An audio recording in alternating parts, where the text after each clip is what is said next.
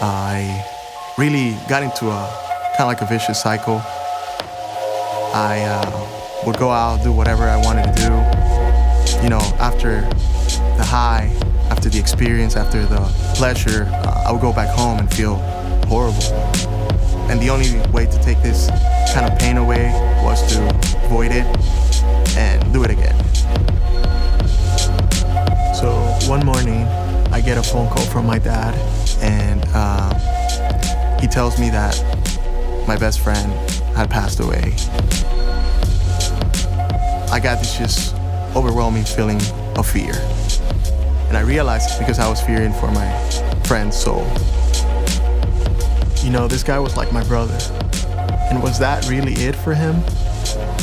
Part of me was still struggling with the question of, does God exist or doesn't he?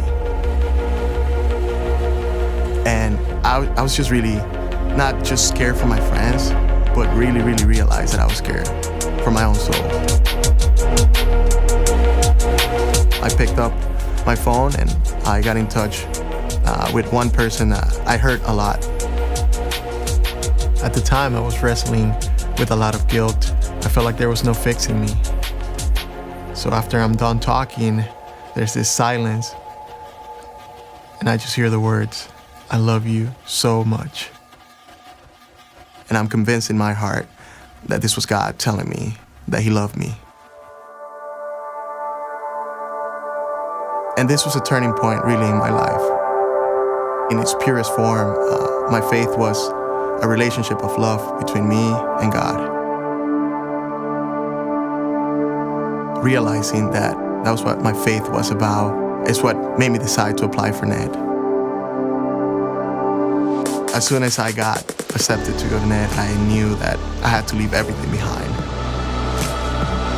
I resigned from my jobs and really gave my all because I was tired of just being mediocre. Being a missionary is kind of being like an apostle. You've encountered Christ in your life and you can't or you don't want to do anything else but to spread the good news of what Christ has done in your life.